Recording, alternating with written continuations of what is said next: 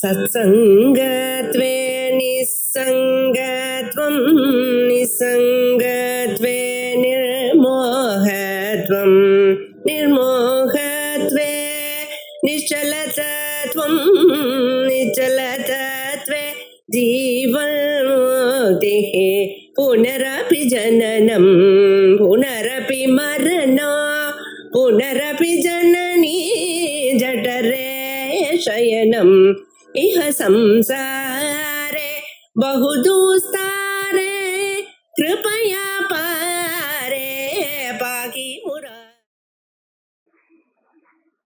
सततं प्रवाक्यमानैः वृषभैरश्वैखगैः वृषभैः अश्वैः खरैः गजैः महिषैः हा कष्टं क्षुत्क्षामैः श्रान्तैः नो शक्यते वक्तुम्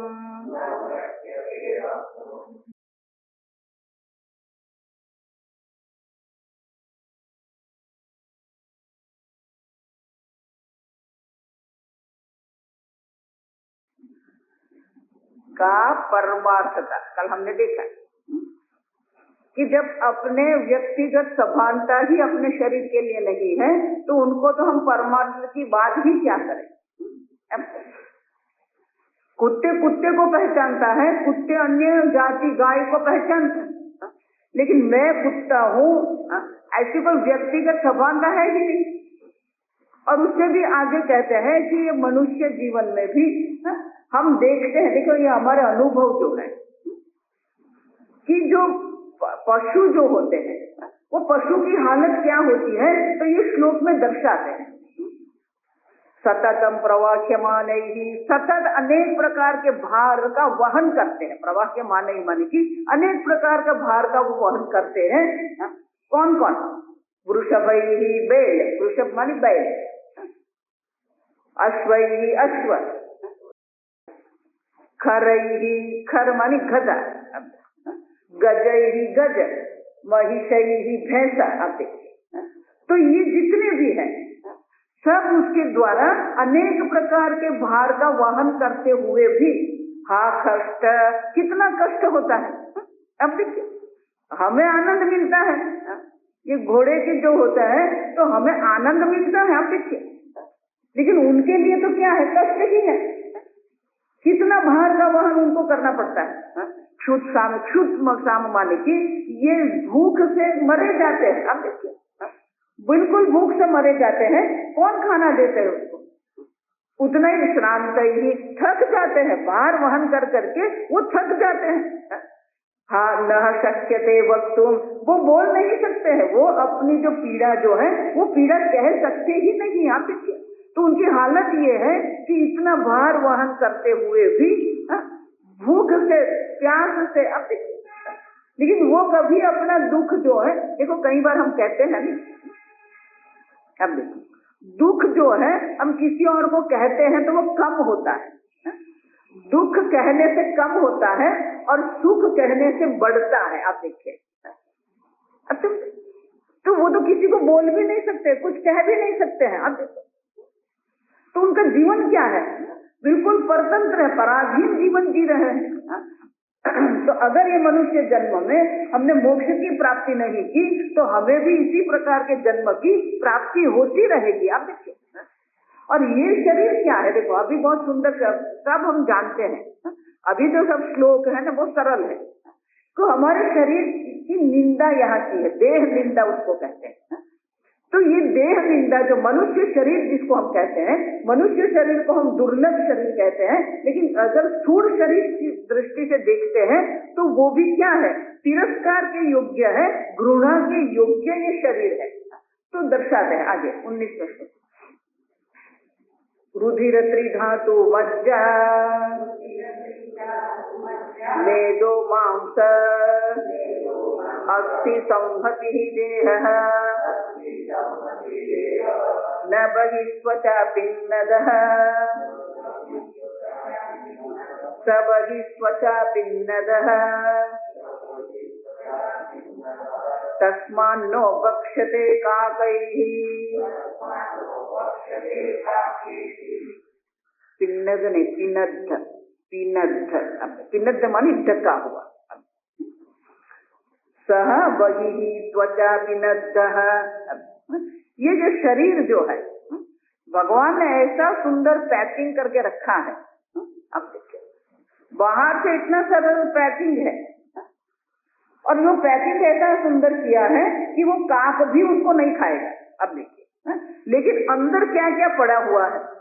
अब देखो, रुधिर, त्रिधातु, त्रिधातु मानी कफ पित्त वात, रक्त है, वात पीत, अब देखिए वेद, मज्जा, अस्थि मज्जा, अस्थि के अंदर जो होता है उसे अस्थि मज्जा है।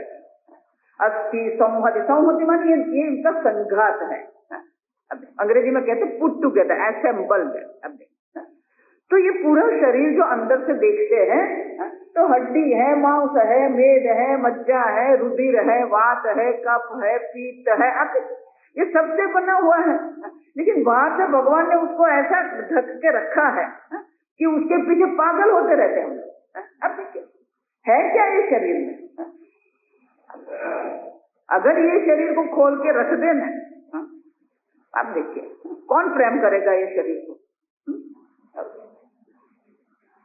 बहुत वर्षों पहले अमेरिका में ये बालक जो होते हैं विद्यार्थी, उनके लिए बहुत अच्छे वो लोग एग्जीबिशन करते हैं, प्रदर्शन करते हैं। तो एक बार ये प्रदर्शन किया था कि हमारे शरीर से क्या क्या निकलता है। अब देखिए, ये शरीर में है क्या? तो आगे के श्लोक में कहते हैं, ये शरीर बना हुआ ये सब का, ये सब अगर आपको मैं आपके सामने रख दूं, पकड़ेंगे भी नहीं, हम देखेंगे भी नहीं। उतना ही नहीं, ये शरीर से क्या क्या निकलता है तो वो दर्शाते हैं। नासाग्रवदनाद्वा, नासाग्राद वदनाद्वा कफं मलं पायुतः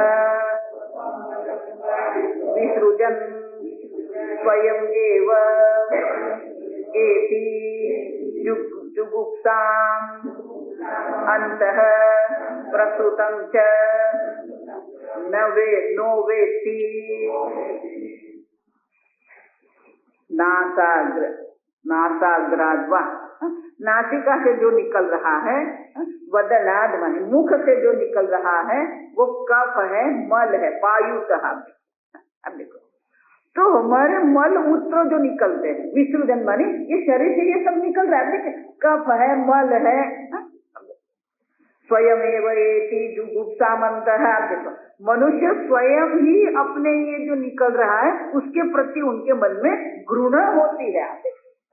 जुगुप्सांत प्रसुतम च नो वेत्ति। अब इतना होते हुए भी आप देखिए, ये सब नासिका, मुख, मल, मूत्र, ये सब शरीर से निकल रहा है। अब देखिए, फिर भी ये शरीर को हम क्या मानते हैं? बहुत सुंदर है, ये शरीर से प्रेम करते हैं। अब देखिए, जिससे ये इतने जो निकल रहा है जिसको देखने को भी हम तैयार नहीं है। अब देखो, उसको जुगुप्सा करते, तिरस्कार करते हैं, घृणा करते हैं। तो ऐसी चीज जिस शरीर से इस प्रकार का निकल रहा है जिसको हम घृणा करते हैं, प्रसुतम न वेत्ति, फिर भी मनुष्य वो जानते हुए भी अनजान बन रहा है। नो वेत्ति माने कि हम जानते ही, आप देखिए, फिर भी ये शरीर को हम प्रेम करते हैं और ये शरीर को प्रेम ही नहीं करते। आगे कहते हैं, पथि पतितम अस्ति दृष्ट्वा स्पर्श भयाद अन्य मार्गतः याति नो पश्यति निज देहं च अस्ति सहस्र आवृतम परितः। अगर मार्ग में कोई हड्डी दिखाई दे, क्या करेंगे? थैले में भर देंगे क्या? शंकराचार्य जी कहते हैं, उसको देखकर अन्य मार्ग से हम जाएंगे। अन्य मार्गतः, आप देखिए, अन्य मार्गतः याति, लेकिन अपने ही शरीर में इतने हड्डी है, सहस्रवृत, हमारा शरीर हजारों हड्डियों से भरा हुआ है, वो देखता नहीं है। बाहर हड्डी है तो उससे दूर भागता है, लेकिन अपने शरीर में ही हड्डी है। आप देखिए, वो हड्डी को जानता देखता नहीं है। अब देखिए, ये शरीर को क्या वहम करना है? बाहर की हड्डी स्पर्श नहीं करते तो ये शरीर क्या स्पर्श करने योग्य है? आप देखिए, इस शरीर में भी हड्डी है, फिर भी वो देखता नहीं है। शंकराचार्य कहते हैं न पश्यति, वो देखता ही नहीं है। हम देखते, देखता ही नहीं माने कि उनका ये नोंद, जब गुजराती में कहते हैं ना, अब देखिए, तो उनकी समझ हम नहीं रखते हैं, ये शरीर को प्रेम करते रहते हैं। उतना ही नहीं, देखो आगे क्या है, बहुत इतनी देह की निंदा की है ना, रात को नींद नहीं आएगी आपको। केशावधि नखराग्रादि आदिमन्तः पूति गंध संपूर्णम बहिः अपि च अगरु चंदन कर्पूरैः कर्पूराद्यैः विलेपयति। ये शरीर ऐसा है, केश अवधि मानी केश से आरंभ करके नख के अंत तक। आप देखिए, सब क्या है? पूति गंध संपूर्णम। गंध कहते हैं तो अच्छा लगता है, पूति गंध मानी दुर्गंध। ये शरीर जो है केश से आरंभ कर पैर तक जो है वो गंध से भरा हुआ है। फिर भी बही ही अभी बाहर से हम उसको क्या करते हैं? पाउडर लगाते हैं, परफ्यूम लगाते हैं, साबुन लगाते हैं। अब देखिए, उस वक्त जो था वो बोल रहे हैं अगर चंदन कर्पूराद्य ही विलेपयते। अब देखिए, इतनी गंध आ रही है, इतना गंध से भरा हुआ है, फिर उसको क्या करते हैं? देखो अंग्रेजी में उसको कहते हैं आइसिंग द केक। अब देखो, ये केक जब बनाते हैं तो देखने में बहुत अच्छी नहीं होती, ब्राउन कलर की भूरे रंग की होती है, तो देखने में अच्छी नहीं लगती। आप देखिए, फिर उसके लिए वो दिखावा जो केक का है उसको ढकने के लिए क्या करते हैं? आइसिंग करते हैं। देखो, क्रीम और शक्कर को लेकर उसको डिजाइन करते हैं, यानी ऊपर से कैसा दिखता है? बहुत सुंदर दिखता है। देखिए, लोग आकर्षित होते हैं, लेकिन ऊपर आइसिंग करने से अंदर का जो रंग है वो गया क्या? उसी प्रकार से हम ऊपर से कितना भी लेपन करते रहे, कितना भी, आगे मैंने कहा ना ये केश का, स्वामी जी ऐसा कहते हैं कि आप बाल आपके काले कर रहे हैं तो बाहर की दृष्टि से आपके बाल काले हो गए, लेकिन मेरे बाल सफेद है, वो ज्ञान को आप रंग सकते हो।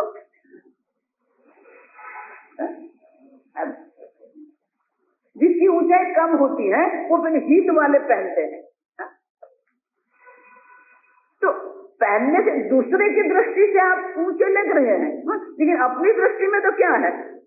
वही है। आप देखिए, उसी प्रकार से ये शरीर जिसको हम कहते हैं, ये शरीर को आप कितना भी विलेपन करते रहो, पाउडर भी लगाओ, कुछ भी करते रहो, लेकिन शरीर में जो गंध है, शरीर में जो अशुद्धि है, जो मलिनता है, वो तो रहने वाली ही है। आप देखिए, और दूसरा क्या करते हैं हम? तो आगे कहते हैं यत्नादस्य धत्ते स्वाभाविक दोष संघातम औपाधिक गुण निवहम प्रकाशयन श्लाघते मूढ़। और ये मूढ़ तो उससे भी आगे बढ़ गया। क्यों? मूढ़ मानी मूर्ख। आप समझो, मूर्ख मानी जो विवेकी नहीं है। मूर्ख मानी ऐसा नहीं कि बुद्धि नहीं है, बुद्धि तो है लेकिन सोचते नहीं है। तो ये क्या कर रहा है? यत्नादस्य पिधत्ते स्वाभाविक दोष संघात। संघात मानी समूह। ये शरीर के जितने भी दोष के समूह है वो क्या करते हैं? प्रयत्न पूर्वक वो सबको ढक देता है। ढक कर क्या कहता है? औपाधिक गुण निवहम।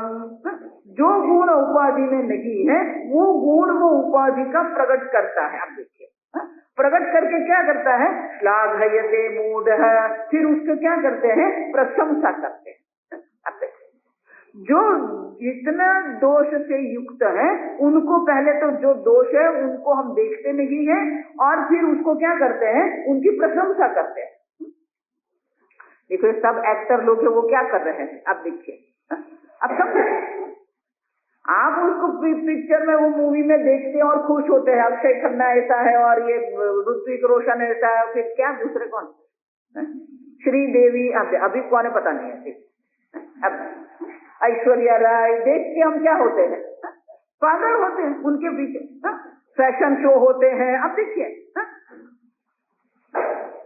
देखो ये सब जो है, जितनी ये फैशन इंडस्ट्री है, टेक्सटाइल इंडस्ट्री है, अब ब्यूटी इंडस्ट्री, अब देखो ये सब क्या कर रहे हैं, हमारे शरीर को ढकते हैं, हमारे शरीर को इतना सुंदर दर्शाते हैं कि हम भी उसके पीछे पागल हो जाते हैं और फिर उनकी ही प्रशंसा करते हैं।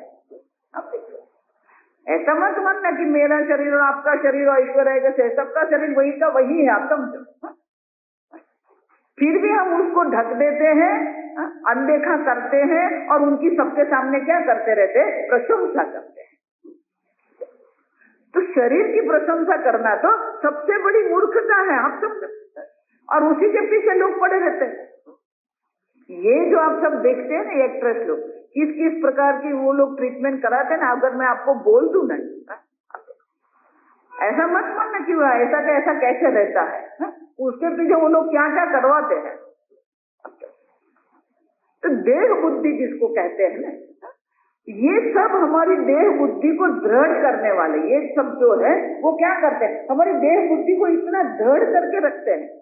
आप देखिए जितने भी है ये सब, तो ये तो कहते हैं कि इस प्रकार से ये शरीर जो है किसी भी प्रकार से प्रशंसा करने योग्य है ही नहीं, फिर भी लोग उनकी प्रशंसा करते रहते हैं। और वो लोग कौन है, मूढ़ है, मूढ़ मानी मोहित हुए हैं, जो है वो देखते नहीं है और जो नहीं है उसको दिखाते हैं। अब जो दोष है वो दोष को ढक देते हैं हम लोग। उतना ही नहीं, अगर ये शरीर में कोई घाव हो गया तो क्या होता है, तो दर्शाते हैं, क्षतम उत्पन्नम देहे यदि न प्रक्षाल्यते त्रिदिनम तत्र उत्पतन्ति बहवः कृमयः दुर्गंध संकीर्णाः। क्षतम उत्पन्न, क्षतम माने घाव, अगर कोई जख्म के, अगर कोई शरीर में घाव हो गया, त्रिदिनम न प्रक्षाल्यते, 3 दिन तक अगर उसको अगर हम साफ नहीं करेंगे तो क्या होगा, उत्पतन्ति बहवः कृमयः, अनेक प्रकार के कीड़े उनमें पड़ेंगे। हम वो कीड़े ही पड़ेंगे, उतना ही नहीं, ऐसे कीड़े पड़ते हैं तो जिसके कारण दुर्गंध संकीर्ण, अन्य उनके कारण ही, कीड़े के कारण अनेक प्रकार की गंध भी उसके अंदर आती है। अब तो ये हमारा शरीर है, आप देखिए 3 दिन आपने वो घाव साफ नहीं किया तो दुर्गंध आने लगती है, ऐसा हमारा शरीर है। आप देखिए उतना ही नहीं, आगे चले, यह देह सुप्तः अभूत सुपुष्प शय्या उपशोभिते तल्पे संप्रतिशः रज्जुकाष्ठैः नियंत्रितः क्षिप्यते वर्णौ। जिस देह को पुष्प युक्त शैया पर हम सुलाते, सुप्त, अच्छी सी चद्दर होनी चाहिए, सुशोभित, नहीं हम तो वो उसी कंपनी का ही, हम तो मफतलाल की कंपनी की ही चद्दर यूज करते हैं। सुशोभित, सुपुष्प ही पुष्प से शोभित करते हैं, फिर उन पर सो जाते हैं। तो जिस शरीर पर पुष्प शोभित शैया पर सुलाते हैं, उसी शरीर को जब ये देह छूट जाता है, प्राण निकल जाते हैं, तो वही शरीर का क्या हाल होता है, रज्जु काष्ठ ही नियंत्रित, उसी को रज्जु और रस्सी और काष्ठ से बांध कर क्या करते हैं, वह नौक्षिप्यन्ते। अब तो ये शरीर की कीमत क्या है आप देखिए। जो शरीर को हम इतना संभालते हैं, जो शरीर को इतना प्रेम करते हैं, वही शरीर को लोग क्या कर देंगे। देखो शंकराचार्य वही कहते हैं ना कि जब तक यावत् निवसति प्राणे दे अब वायु, फिर क्या है, गतवती वायु देहा पाये, एक बार ये प्राण यहाँ से निकल गया, भार्या दिव्य, भार्या मानी पति भी। आप देखो अगर रात को हुआ है, अब देखिए पति या पत्नी आप देखिए, और अगर उसको बोल दे कि आप बैठे रहे उनके साथ, तो प्रातः काल हम आएंगे, कोई बैठने को तैयार है। आप देखिए क्यों, विभ्यते, डर लगता है, भय लगता है। आप देखिए जिस शरीर को आप प्रेम करते थे, जिस शरीर के साथ आपने 40 वर्ष बिताए हैं, वही शरीर जब छूट जाता है तो वो देह के साथ अगर 5 घंटा रात को बैठना है, कौन तैयार होगा। आप देखिए उसी देह से हम डरते हैं। आप देखिए, और उसी देह को हम क्या कर देते हैं, अग्नि में डाल देते हैं। तो आगे चलते, सिंहासनोपविष्टं दृष्ट्वा यम उदम अवापलोकः यम तम कालकृष्टतनुं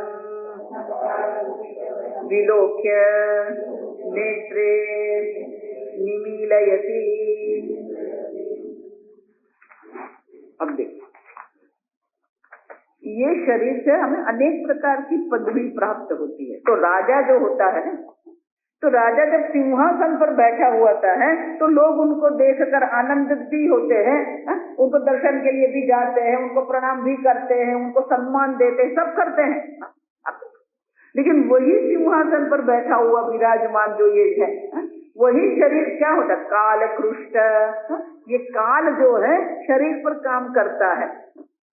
देखो इसे YouTube पर आप कभी देखेंगे ना, तो पहले की जो हीरोइन थी, अभिनेत्री, अब उनका अभी वो कौन है देखेंगे तो पहचाने भी नहीं हम लोग।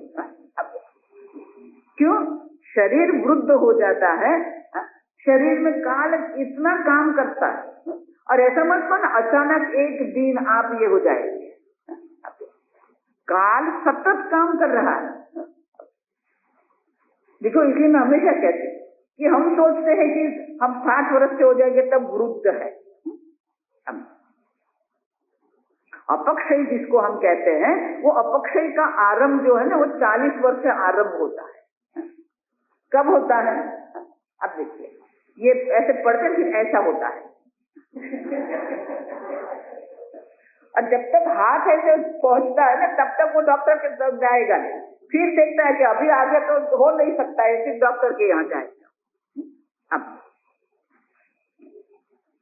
तो भगवान पहले ही हमें क्या करते, सावधान करते हैं कि अभी देखना कम कर दो। नहीं, चश्मा पहन के देखेंगे, फिर थोड़ा सुनना कम हो जाता है तो भगवान के पास अभी ये संसार का सुनना बंद कर दो। नहीं, कोई बात नहीं, अभी तो हियरिंग एड आ गए, पहन के सुनेंगे।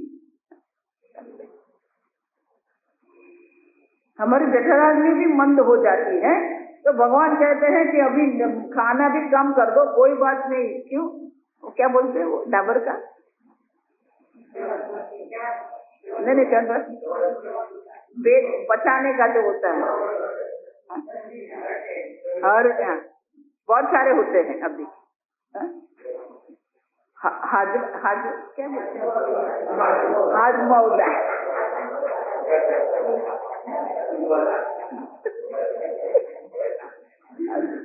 हाजमौला। कोई बात नहीं, खाओ लड्डू जितना खाना, फिर क्या करना, हाजमौला खा लेना। अब ये भगवान हमें, ये भगवान रेड सिग्नल दर्शाते हैं कि अभी शरीर में वृद्धावस्था आ रही है। फिर भी क्या करते हैं, करते रहते हैं। अब देखिए छोड़ते नहीं है, देखना नहीं छोड़ते हैं, भोजन छोड़ते नहीं है, सुनना छोड़ते नहीं, बोलना छोड़ते नहीं है, ये दांत भी पड़ते। अब देखिए वही कहा ना कि ये बाल भी सफेद हो, बजरंग ने सब कहा है शंकराचार्य, आप समझना। दांत भी नहीं रहे, कोई बात नहीं, अभी तो क्या है, इम्प्लांट करा देने का। दांत नहीं रहे माने भगवान कहते हैं कि दांत से चबाने वाली जो चीज है अभी जठराग्नि पाचन नहीं कर सकती है, इसलिए खाना बंद करना। और इसलिए कहते हैं कि जब तक ये सिंहासन पर बैठे हैं, युवान हैं, तब उनको देख के सबको आनंद होता है, लेकिन जब वृद्धावस्था आ जाती है कोई उनको देखने को भी तैयार नहीं है, कोई उनका देखिए।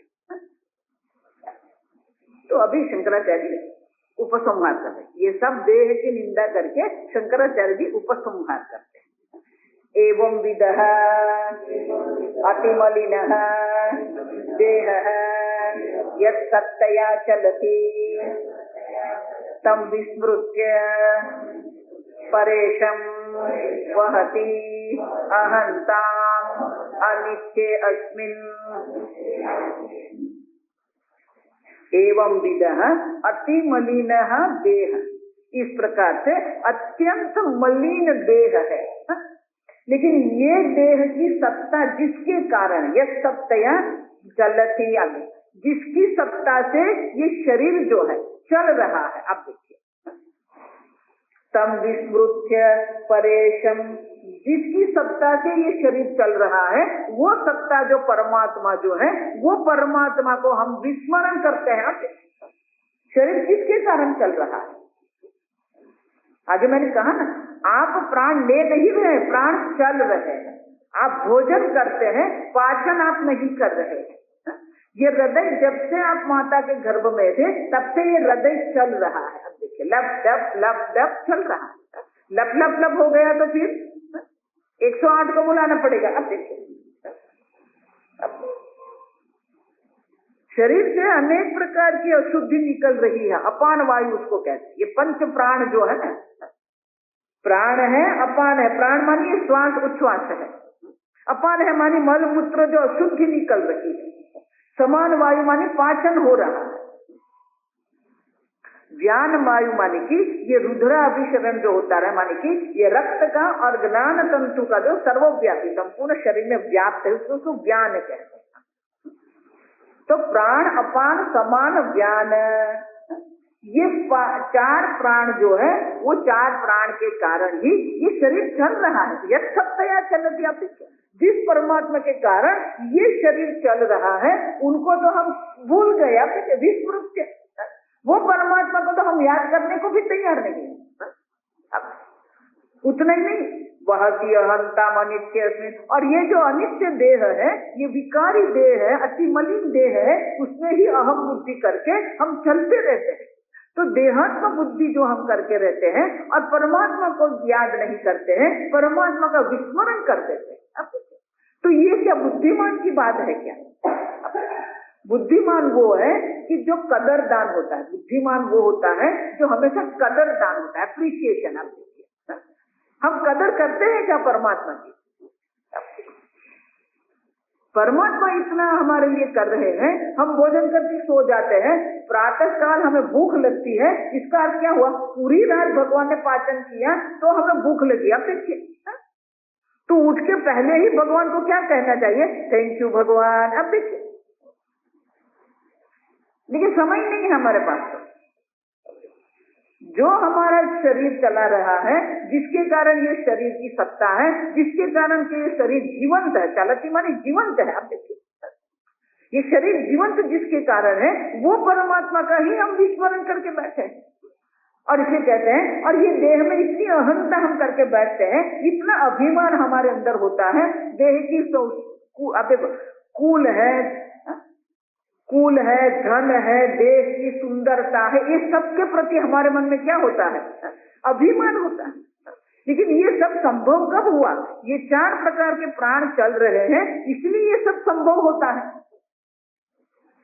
पांचवा जो प्राण है ना, वो शांति से बैठे, उसको उदान वायु कहते हैं, जो कंठ में बैठा है। अब उद नयति, जो हमारे शरीर में से ये जीव को जो बाहर निकालता है, रॉकेट जैसा काम करता है। जैसे ये पृथ्वी पर गुरुत्वाकर्षण है, और अगर उपग्रह को हमें उनकी परिभ्रमण कक्षा में रखना है तो गुरुत्वाकर्षण से उसको छुड़ाने के लिए क्या करते हैं, ये रॉकेट क्या करता है, ऊपर ले जाता है। आप देखिए उसी प्रकार से जीव ये शरीर में रहता है और इसलिए ये शरीर में इतनी देहात्म बुद्धि हो जाती है कि वो देह छोड़ने को तैयार नहीं होता है। और इसीलिए ये उदान वायु, ऐसा मत मानो उदान वायु बिल्कुल निष्क्रिय नहीं है। आप समझते, आगे मैंने कहा कि आकृति, आयुष्य और भोग जो है हमें परमात्मा हमारे प्रारब्ध के अनुरूप देते हैं, लेकिन आयुष्य तो प्राण से है, तो प्राण की गिनती कौन कर रहा है, ये उदान वायु कर रहा है। अब समझो, ये उदान वायु क्या करता है, श्वास उच्छ्वास एक, आप देखिए वो गिनती करता है।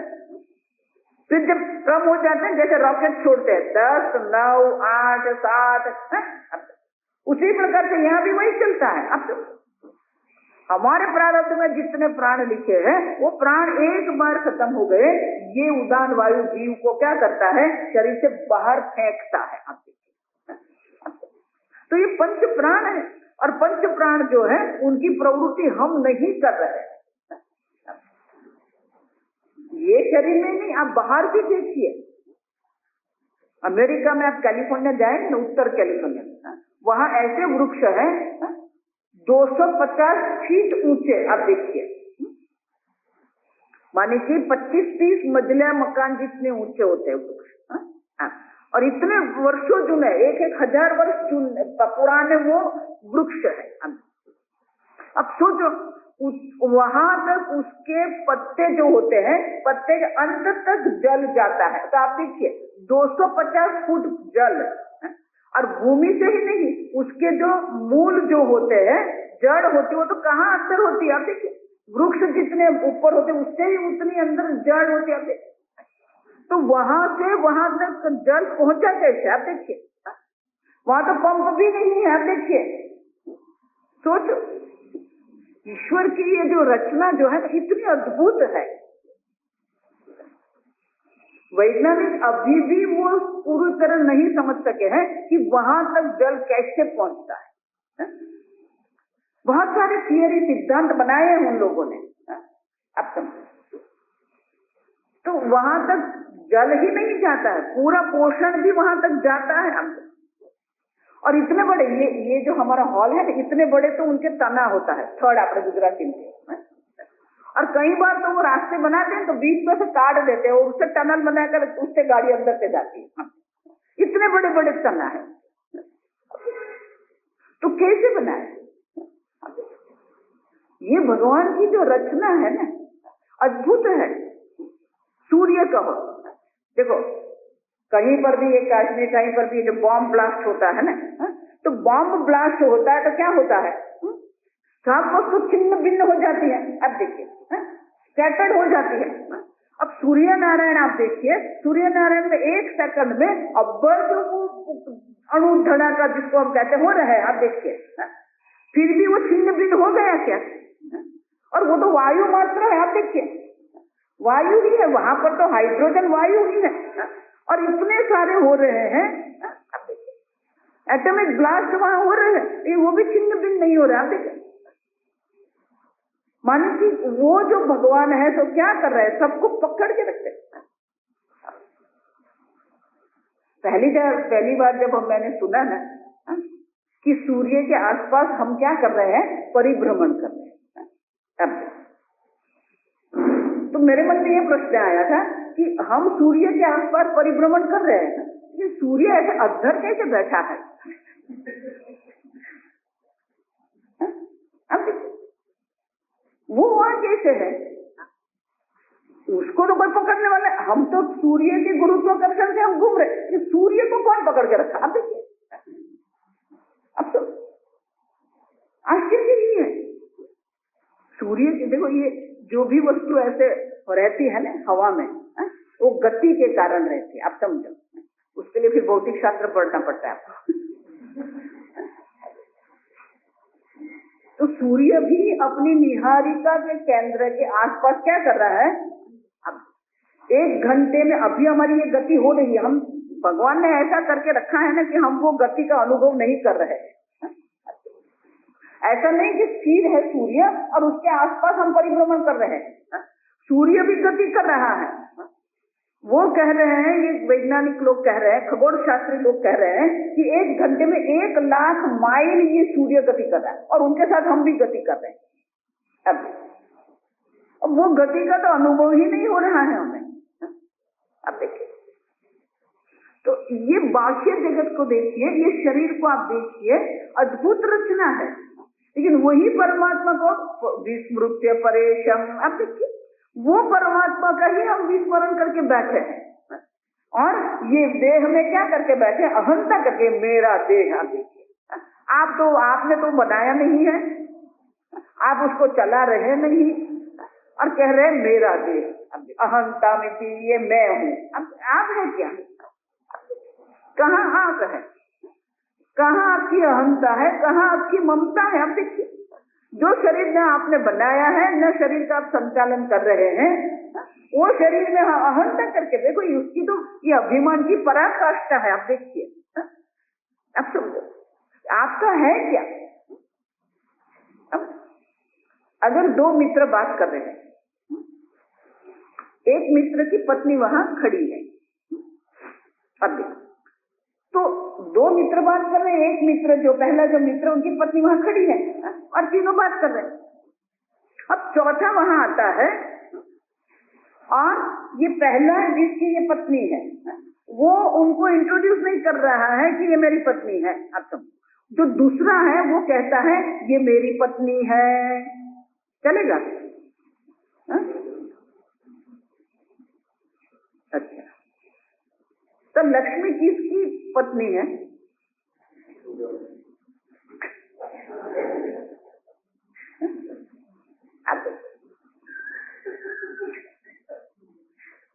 लक्ष्मी किसकी पत्नी है? विष्णु भगवान की। और मैं क्या बोलती हूँ? मेरा धन। अब देखिए मूर्खता की पराकाष्ठा, आप देखिए। ये पृथ्वी माता जो है, भागवत में आता है ये कि एक बार नारद जी ऐसे ही जा रहे थे और पृथ्वी पर 2 राजा युद्ध कर रहे थे। अब ऊपर से नारद जी देख रहे थे और 2 राजा युद्ध कर रहे थे, लेकिन जो पृथ्वी माता जो थी वो हंस रही थी। तो नारद जी ने कहा कि माता आप हंसते क्यों हो? बोले कि ये 2 युद्ध नहीं कर रहे हैं, पुराने काल से इतने लोग राजा आए गए, सब मेरे लिए युद्ध करते रहे, आते गए जाते रहे, और ये सबको देख के मैं हंसती रहती हूँ। भूमि भी किसकी पत्नी है? विष्णु की पत्नी। हम देखिए तिरुपति जाएंगे तो आपको पता चले, भगवान की 2 पत्नी, एक श्री देवी है, भू देवी है। नहीं माता जी मेरे पास है ना, आप देखिए 7 बार नकल है ना।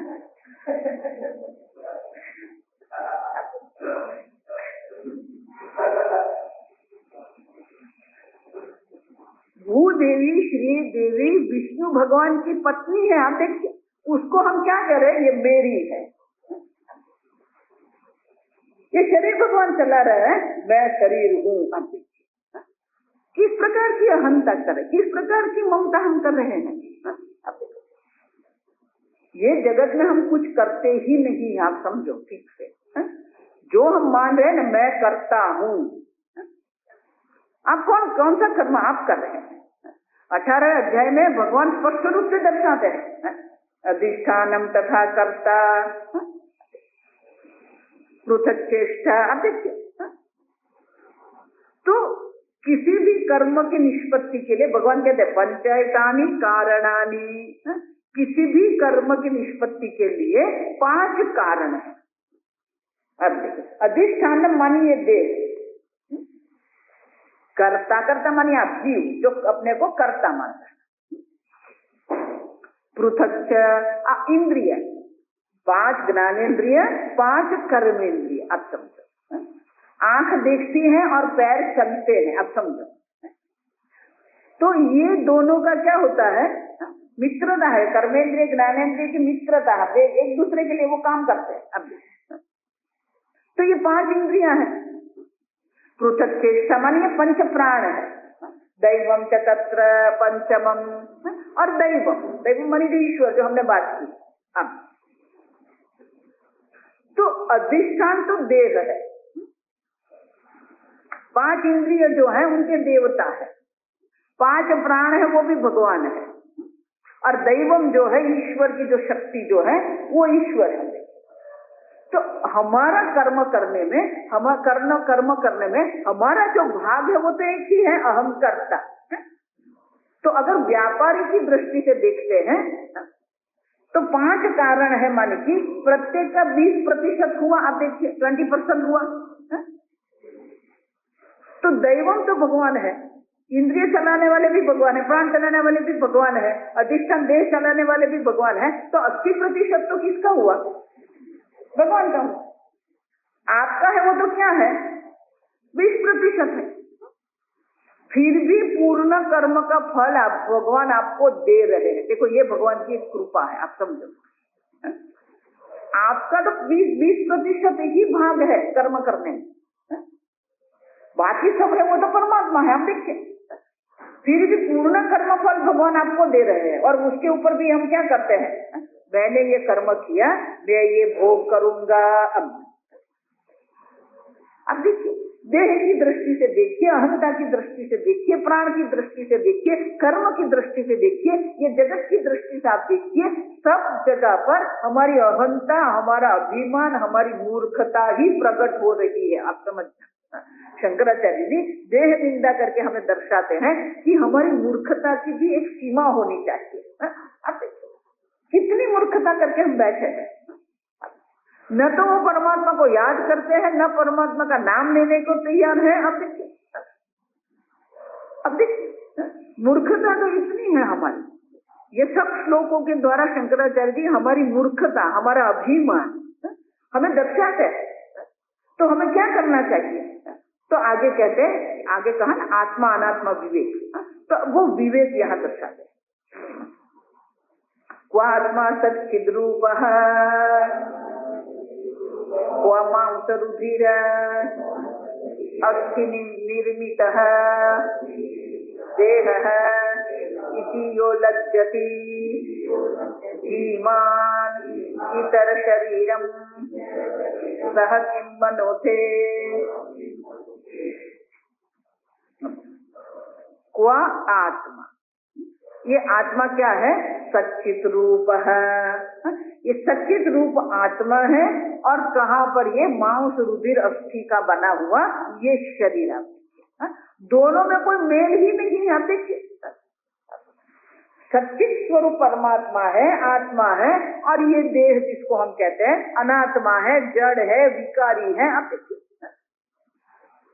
इति यह लज्जति धीमान, जो बुद्धिमान है, जो विवेकी है, ये विचार करके वो लज्जा का अनुभव करता है, संकुच करता है। क्यों? कि ये शरीर में कैसे हो सकता है? विकारी है। तो शरीर में न तो अहंता की संभावना है, न तो ममता की संभावना है, और इस प्रकार से विचार जो कर रहा है कि आत्मा तो सत्स्वरूप है, सत माने निर्विकारी है, चित स्वरूप है माने चैतन्य स्वरूप है, और ये देह तो विकारी है, जड़ है। अब तो ये जड़ विकारी देह और आत्मा जो है दोनों का क्या है? माने कि बिल्कुल विरुद्ध है। तो जो बुद्धिमान पुरुष जो होता है वो इस प्रकार से अपनी अहंता, ममता, अभिमान के प्रति संकोच अनुभव करता है, लज्जा का अनुभव करता है। उतना ही नहीं, जब वो अपने शरीर प्रत्यय ये है इतर शरीर है सखिम मनुते, तो अन्य शरीर के प्रत्यय उसको क्या प्रेम होगा? आप देखिए हम तो अन्य शरीर को भी प्रेम करते हैं,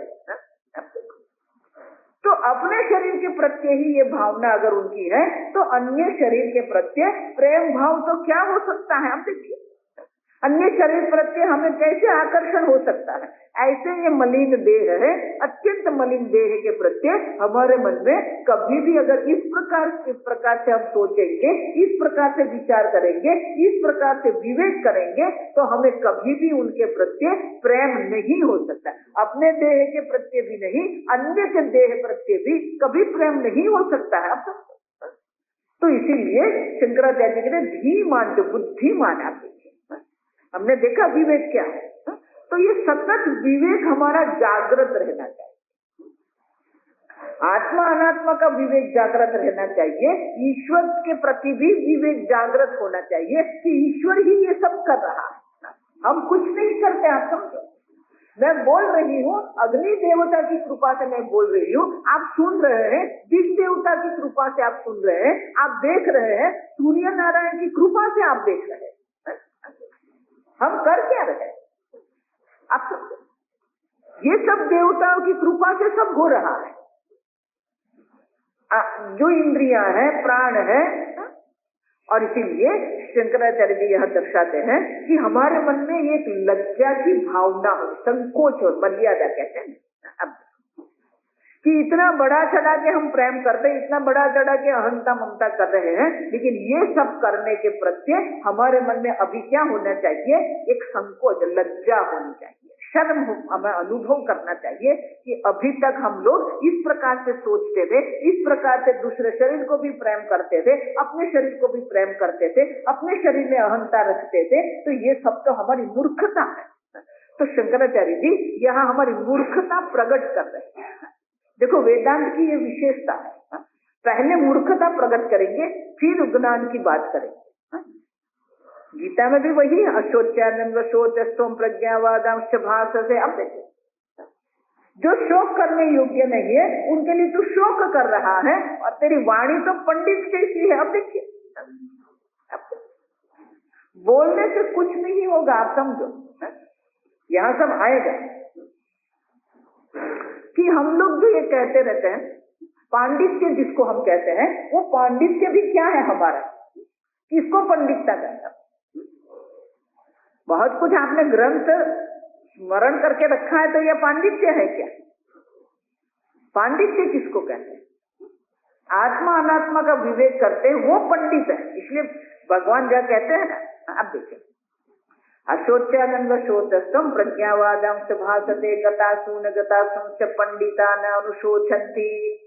तो वहां पंडित कौन है? शंकराचार्य जी ये पंडित शब्द जो है उनकी व्याख्या करते हैं। पंडा आत्म विषय बुद्धि ही यस्य सह पंडित है। जो आत्म तत्व का चिंतन करने वाला है वो पंडित है।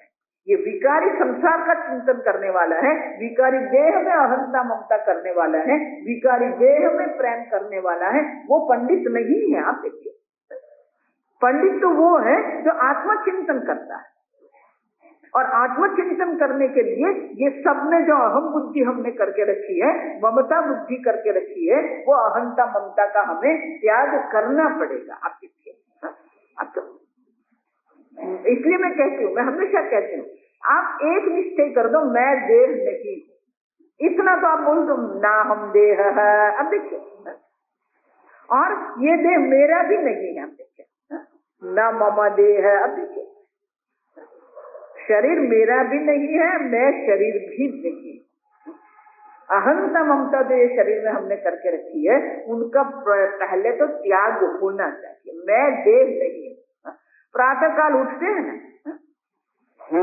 उठ के सीधे हमें तो वो चाय ही याद आती है। उठ के आप शांति से बैठिए और इतना ही चिंतन करो 5 मिनट, मैं देह नहीं। क्योंकि हम जब सुषुप्ति अवस्था से बाहर निकलते हैं तो उस वक्त, उस क्षण जो है हमारा मन सात्विक होता है। अब कुछ नहीं करना, उठ के बैठ जाइए, फिर देखिए मैं शरीर नहीं, वो चिंतन करेंगे। वैज्ञानिक लोग ऐसा कहते हैं कि आप प्रातः काल उठ के जो चिंतन करते हैं ना, वही आपका पूरा दिन रहता है, क्योंकि वो आपका मुख्य विचार होते हैं दिन के। फिर पूरा दिन क्या होता रहेगा, वो होता रहेगा। और इसलिए मैं कहती हूँ कि प्रातः काल उठ के आप बस 5 मिनट बैठ के देखते रहो, मैं शरीर नहीं, फिर पूरा दिन वही चलेगा। और इसलिए शंकराचार्य यहाँ कहते हैं कि इस प्रकार से कहाँ शरीर और कहाँ ये देह। आप देखिए, शरीर तो सच्ची है ही नहीं। अब देखो, सत्स्वरूप नहीं है, विकारी है। स्वरूप ये शरीर जो है चित्त नहीं है, चैतन्य नहीं है, जड़ है। देखो वही विवेक भगवान ने पहले कहा, देहिनोस्मिन यथा देहे कौमारम यौवनम जरा। अब देखो पहले ही भगवान ने दर्शा दिया कि ये शरीर विकारी है, शरीर में कुमार अवस्था है, शरीर में युवा अवस्था है, शरीर में वृद्धावस्था है। आप वृद्ध नहीं, आप देखिए आप तो नित्य चैतन्य स्वरूप है, लेकिन शरीर में अहम बुद्धि करके क्या कहते हैं, माता जी अब वृद्ध हो गए। आप वृद्ध नहीं है। मैं ऐसे ऐसे लोगों को जानती हूँ। कलकत्ता में एक बार ये हुआ कि एक दादाजी 100 वर्ष के हुए, तो उनके पुत्र के 3-4 पीढ़ी, आप देखिए 100 वर्ष के हो गए। तो सबने विचार किया कि दादाजी अभी 100 वर्ष के हुए हैं, तो बड़ा सा उत्सव किया, प्रातः काल पूजा किया, मंदिर गए, और रात को ये पार्टी रखी थी। तो सबने मिलकर ऐसा सोचा, वो 40-50 लोग जो थे और उनके मित्र मंडल थे, तो सबने ये सोच लिया कि हम कुछ ये 100 वर्ष में अभी क्या देना है। अब देखिए, अगर आपको कुछ भेंट भी देना है, कौन सी भेंट आप देंगे? तो उन्होंने विचार किया कि हम दादाजी को ही पूछेंगे आपको क्या चाहिए।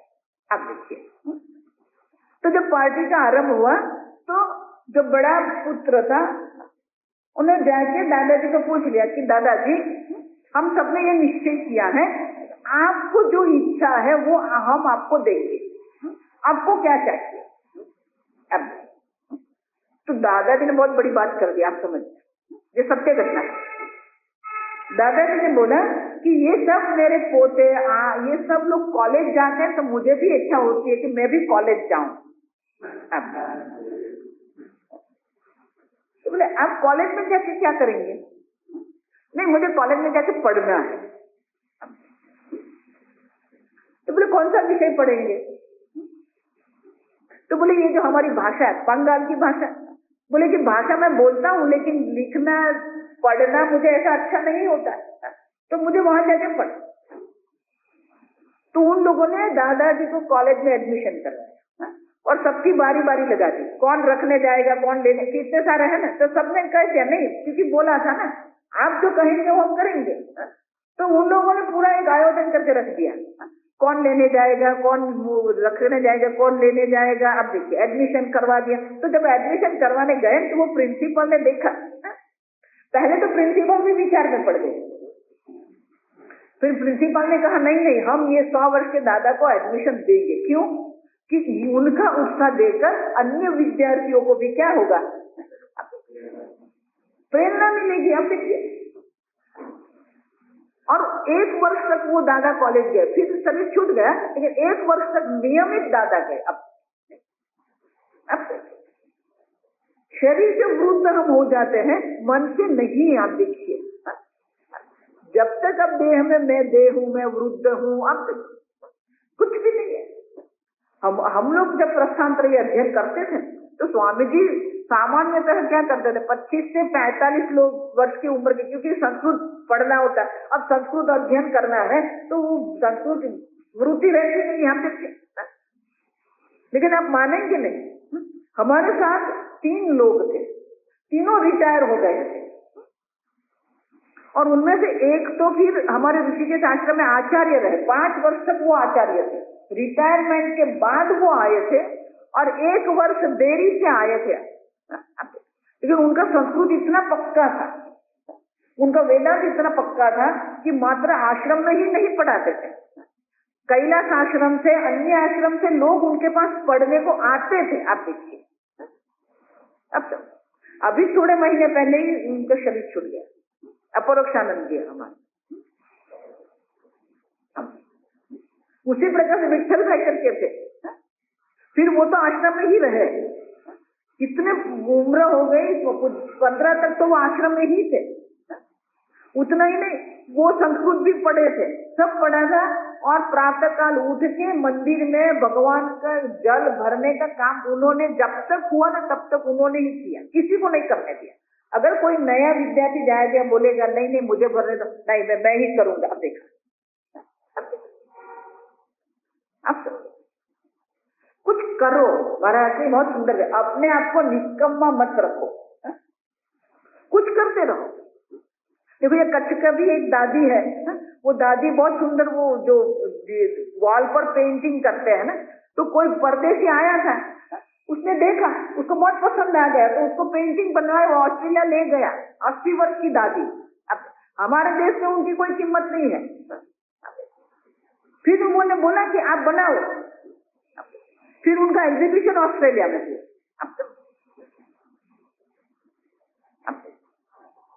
वृद्धावस्था शरीर की है, आपकी नहीं है। युवा अवस्था शरीर की है, आपकी नहीं है। आप तो सच्चित स्वरूप आत्मा, उस सच्चित का चिंतन हमें करना है। और इसलिए शंकराचार्य ये प्रश्न करते हैं, कहाँ ये सच्चित स्वरूप आत्मा और कहाँ ये विकारी शरीर, अति अत्यंत मलिन शरीर कहाँ। और इसीलिए धीमान जो है, बुद्धिमान जो है, वो आत्मा चिंतन करते हैं, देह में अहंता ममता नहीं करते हैं। आगे हम मिलेंगे तब करें।